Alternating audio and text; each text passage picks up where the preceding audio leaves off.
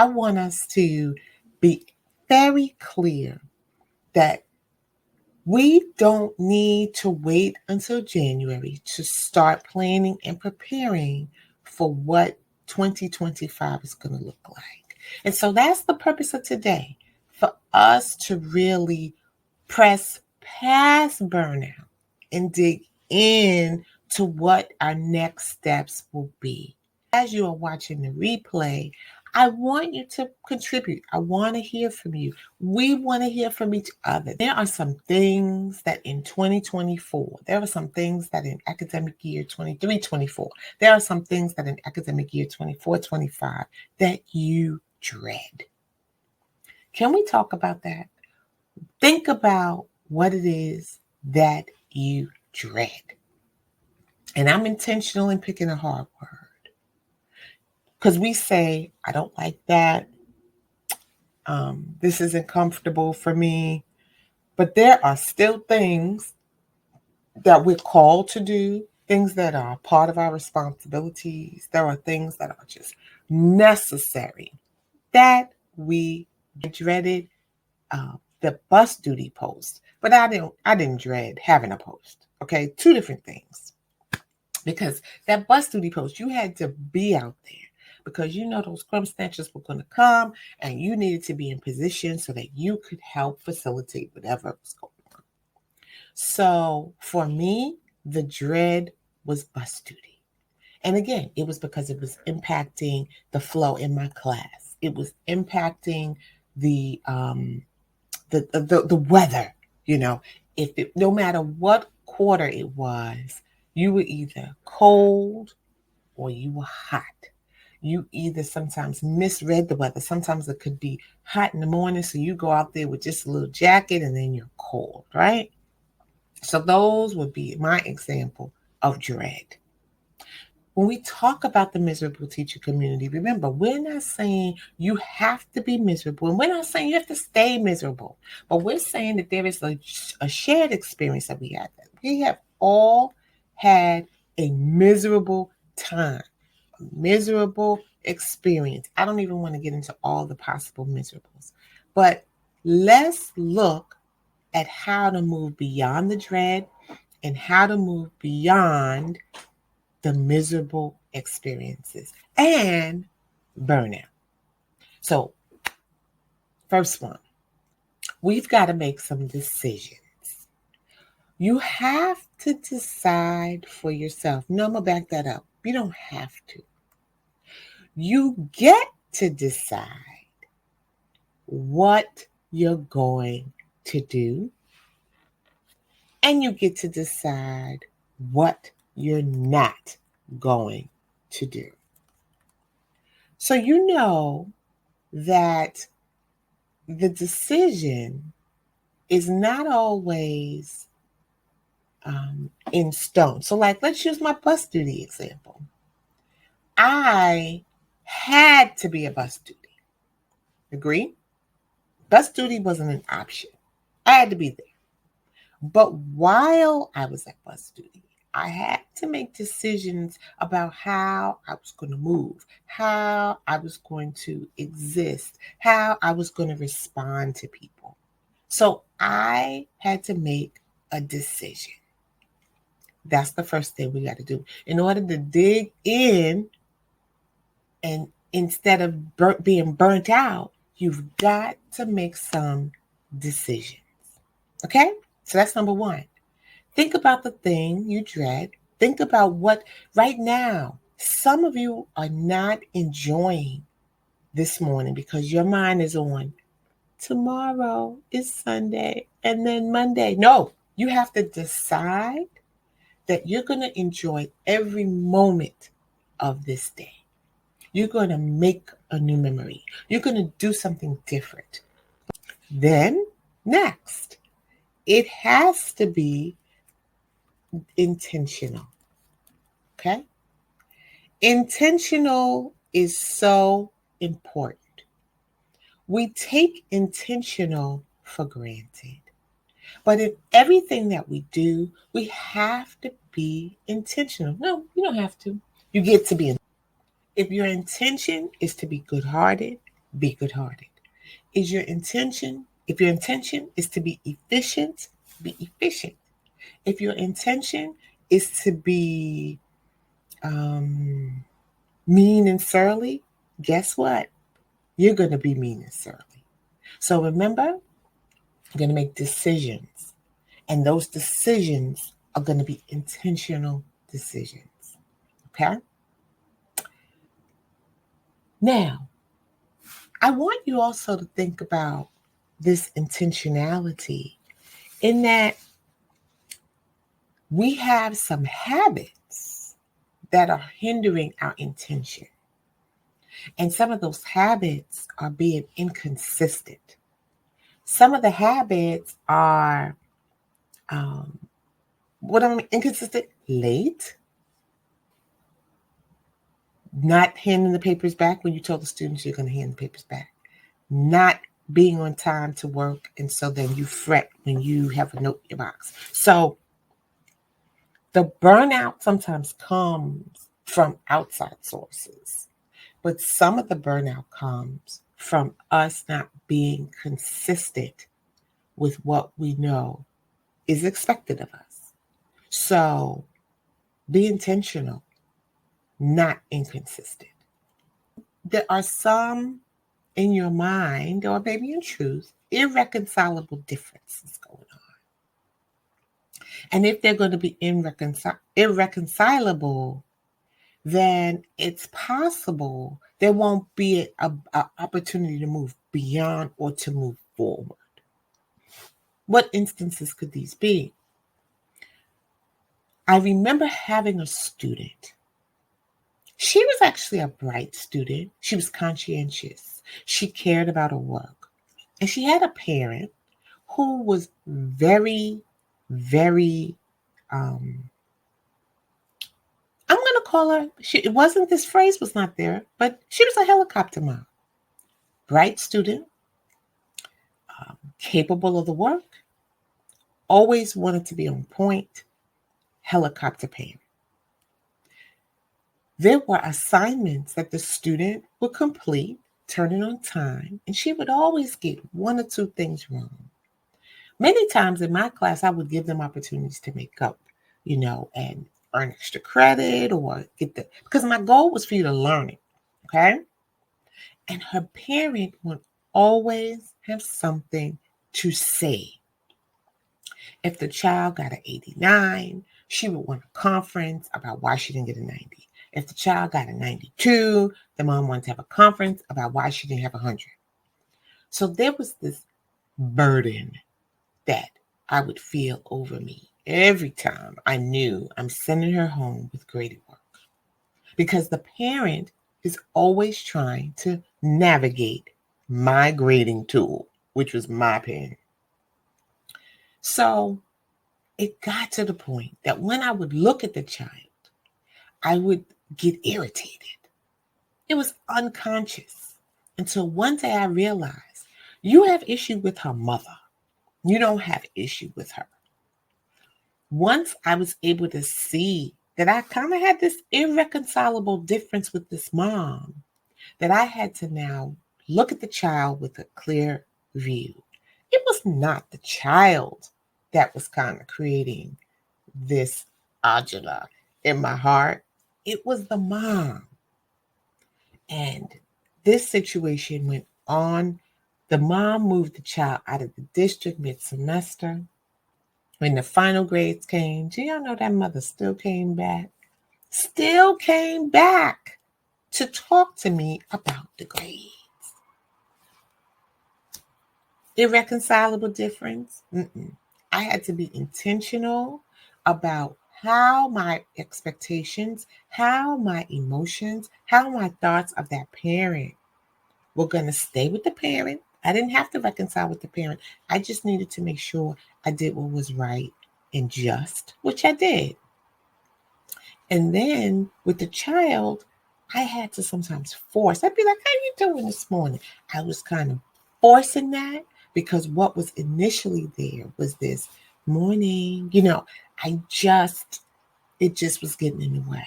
So let's be intentional about moving aside these irreconcilable differences. Or we got to reconcile. It could be with a parent, it could be with a student, it could be with an administrator, it could be with a team leader, it could be with a coworker, right? It could be with somebody from the old school and you still carrying their stuff. You see them at the PD and you just looking, or you thinking they thinking about you. I got a hint for you. They're not thinking about you. So let's move on and decide to squash differences. And let's not even let irreconcilable be part of our vocabulary. We're going to either try to reconcile. If they don't want to, we're just going to move on. Okay? So we said already, we have to make some decisions. We said that we're going to be intentional and we're going to guide our steps. I'm sorry. We need a guide. Not we're going to guide. We need a guide. Okay? Because a lot of times we can't do it alone. We can't. We need a guide. So many people have a teacher bestie. Sometimes that teacher bestie has been telling you, girl, you need to stop being mean to Miss Jones because Miss Jones ain't do you no harm, right? That person is trying to help coach you through the situation, through the past experience, through the hurt, whatever the challenges are, right? Use that person as a guide. Your partner, your friend, your spouse might be noticing you always have something to say about a certain situation. And they might be saying, babe, what's going on with you and Denise? Y'all not talking no more? Right? People are trying to be there for you. But if you resist that guidance, then that could be a challenge. You have an administrator, you have a principal. It's my hope that you respect those people, but if you don't, you still got to follow their guidance. You know, this is a whole nother topic, but feel comfortable using your voice. Learn how to use your voice. Work with someone on how to use your voice to amplify your voice. Empower yourself to speak with your administrator, not as an underling, but as a professional colleague who is your supervisor, right? So I'm making a decision that the language and the words I'm using to describe this relationship with my administrator is really, it could be hindering the progress or the process of their leadership. Okay? So you need someone to lead and direct you. Then you need a guide. And I believe the ultimate guide is God. Y'all know I think that. Y'all know it. There are thousands of scriptures in the 60, I should say verses, in the 66 books of the Bible. As a Christian, that is the standard by which I lead my life. You need to go to your God and use the guide you choose. But if you're here, we're talking about God. And so, Jesus, you need a guide. Every month, our steps only can move from miserable to magnificent through changes in decisions, by being intentional, and by following guides, a guideline, steps, strong leadership, good examples, good mentors, people that have your best interests at heart. And the best of all of those will be God, right? The other piece of this, you got to know that you have instincts and intuition. And those work in concert. I'm going to try to give you the explanation. So, your instincts are what come natural to you. I got this from a dictionary. I ain't claiming that it's mine. Instincts are what come natural to you. And intuition is what you know and understand naturally. People could even say instinctively. So don't ignore the signs. In order for you to move beyond burnout, what could the signs be? The signs could be, um, I'm sorry, the signs can be you start feeling, you know, um, frustrated. You start getting a headache. You start seeing your fists clam up. You start stuttering. You start pacing. You start canceling invitations to go places. You start speaking harshly to others. There are different indicators that there's something going on. You cannot, no, you shouldn't ignore your instincts or your intuition. You might realize this person I thought was a good person is not a good person. So I can't hang with this person anymore. You might say, I am tired of working at this school. And you keep working and working and working at that school. Your instincts are telling you the load is not lightening. Does it mean you need to quit teaching? Maybe not. Does it mean you might want to change schools? Maybe. Does it mean that you might want to change grades? Maybe. That's why we're talking about this in 2024. Because you're going to have to make some moves in 2025. Either you're going to sign a contract that says I'm coming back, or you're going to sign a contract that says I want to transfer, or you're going to sign a contract that says I am now returning. Whatever that is for you, you have to decide now. No, you get to. You get to make some decisions. You get to be intentional. You are encouraged to not work willy-nilly, but to work with a guide, someone that helps encourage you. Don't ignore what you see, what you feel, what you know. If someone tells you that this vice principal is out to get everybody, I don't say you should automatically believe it, but I do say you should pay attention, be mindful, document, send email follow-ups. Just do what you're called to do. Be a kind person to them. Maybe everybody is operating out of this fear that they're out to get people. You don't have to do that. You're going to dig out because the time is now. The time is now. We just talked about instincts and intuition.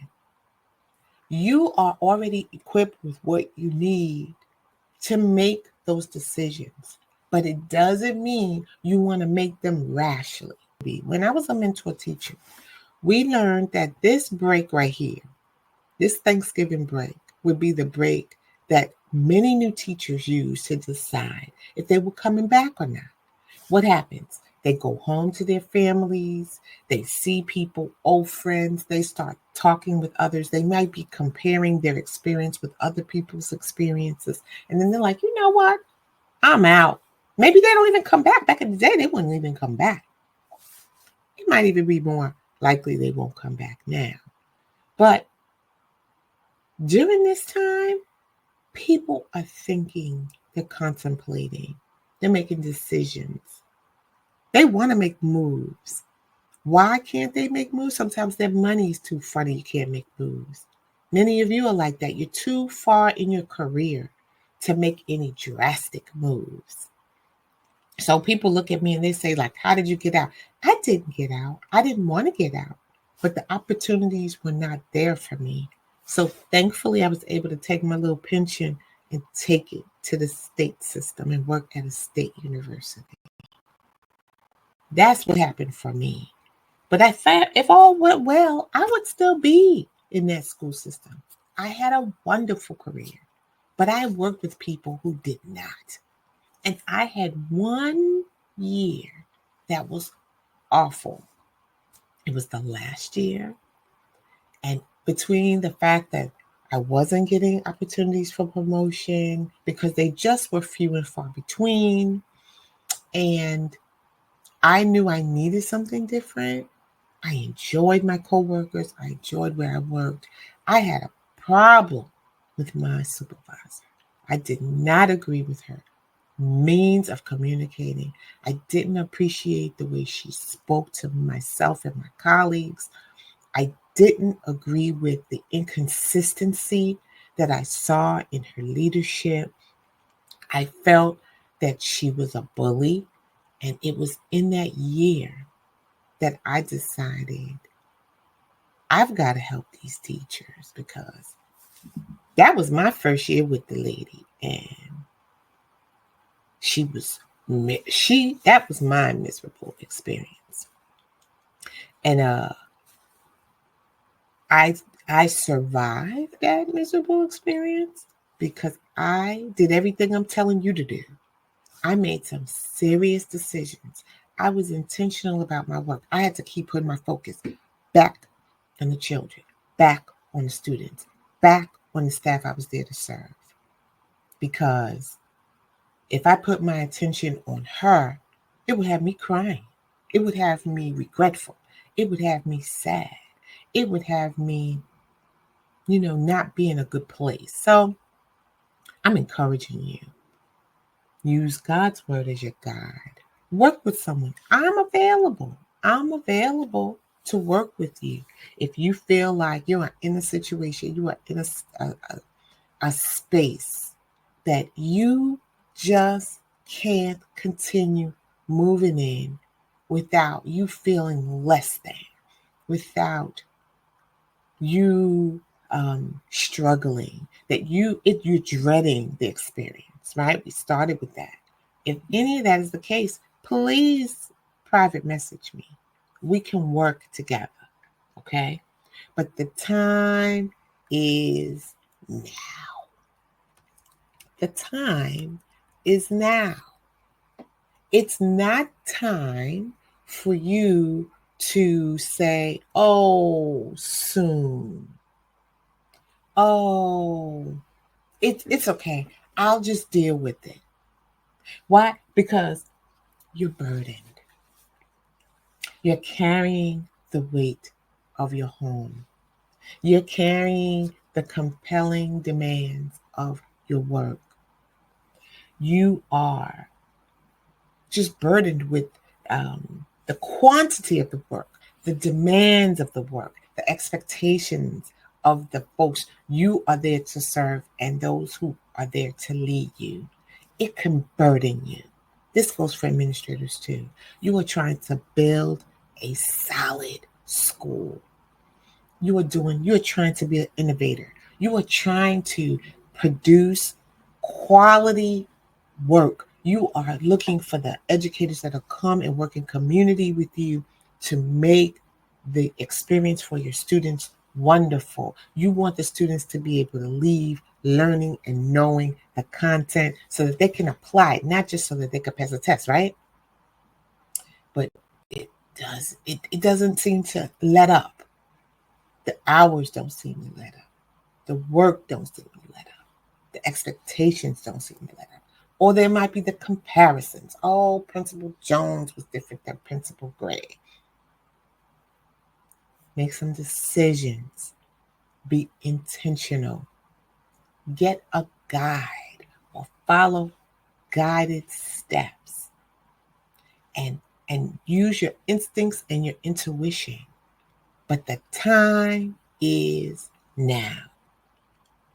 You're feeling unappreciated. And for some, you are not a success. You're not doing well. You ever have those emissions? I always laugh about the observation evaluation process. To me, it was like a game. I'm like, I want all the H's, right? But what are they looking for those H's? Principal A might want one thing. Principal B might want another. You can ask them to observe you on that same unit every single year, and there will still be feedback. Is it good feedback? Is it feedback you need to hear? Is it feedback you need to implement? Or are you just going to worry and complain or worry and feel like you're not a success? No. Some of you are feeling numb. And numbness is from criticism from parents. It's from exhaustion.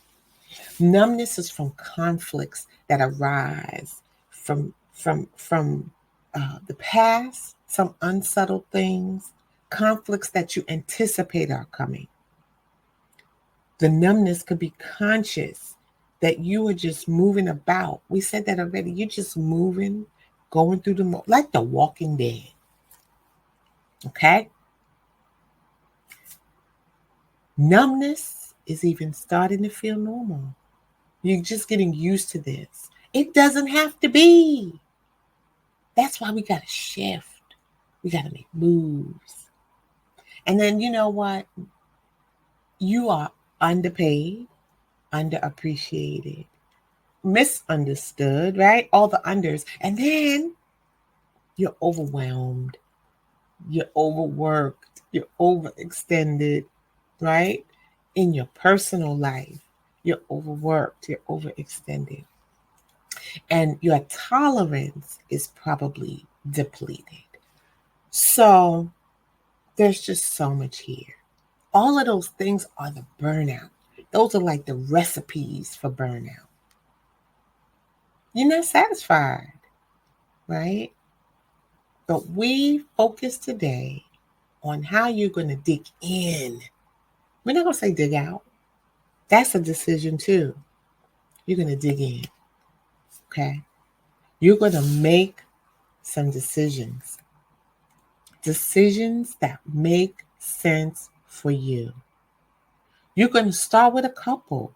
Let's start with the biggest decision. This is the biggest exercise I want for us. How are you re-entering the building on Monday? How are you spending your Sunday? Think about, we talked about this before we left for the break. It's my hope that you planned an activity with your classes that will make it easy for everyone to transition back. You already know they're going to come back excited. You already know they're going to come back wanting to share and talk. Some have gone on trips. Some have got to see relatives and friends they haven't seen in a while. Some shopped, right? Make the decision of how you're going to re-enter. Make the decision of how you're going to receive them. Is it going to be, come on in here, y'all, come on. No, we don't have time for all that. Come on. Or is it going to be, oh my goodness, I'm so glad to see y'all. Come on in. Oh, I could tell that y'all were so excited. Let's take a few minutes before we start to just share with each other. Tell me one thing. Everybody's got to share one thing that was memorable about Thanksgiving. Don't say that was good. Don't say that was fun. Don't say that you got to do. Say memorable. Let them pick. When you get a student that's not sure of what they want to share, say, hey, you don't want to share a memory? Hopefully, you had a good time with friends, family, and others, but give them the opportunity to share. So decisions, be intentional. Be intentional about how you use today, how you use tomorrow, and intentional about how you return on Monday. Don't be regretful. It's coming anyway, but don't use Saturday and Sunday to dwell on the fact that you got to go in on Monday. Don't do it. I want you to use God as your guide. There are so many scriptures. Galatians 6:9, New Living Translation says, so let's not get tired of doing what is good.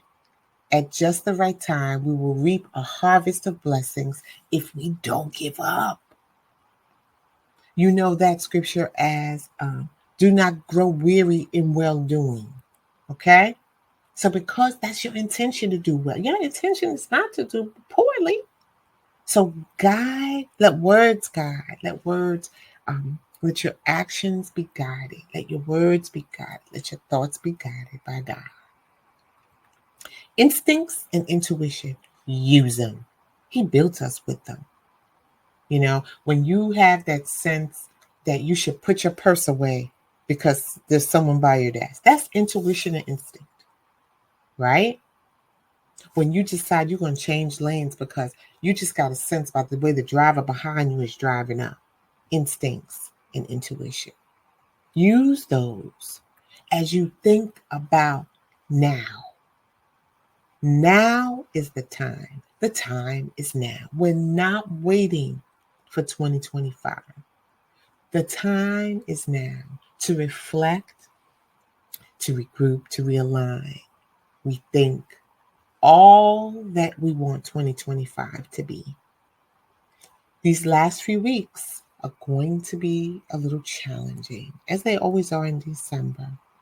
Even though the cherubs have the opportunity to enjoy friends and family, they still are going to kind of come back and they're going to want to do things their way. How will you approach it? Will it irritate you? Will you feel like they're not listening, they're not paying attention? Will you harp on it? Will you make it personal? Don't make it personal. Your kids. This is scripture. I used to tell the teachers this. Children do childish things. And they would stop. You're looking at them as though, I know they're big and tall, but you're looking at them as though they're an adult. They're a child. And children do childish things. So don't expect adult-like behavior. Don't expect common sense to come from them. Don't expect them to do everything you've asked them to do in the way you want them to, in the time you want them to. Teach them. Show them. That's our job. Okay? So it's my hope that this was helpful today. I am sorry I went over a little bit, but it's time to dig in instead of burning out. You deserve it. Decisions, intention, God is your guide. Use your instincts and intuition, and the time is now. Hope you have a great one. I will see you the second weekend in September. I'll see you the second weekend in December. Be well. God bless.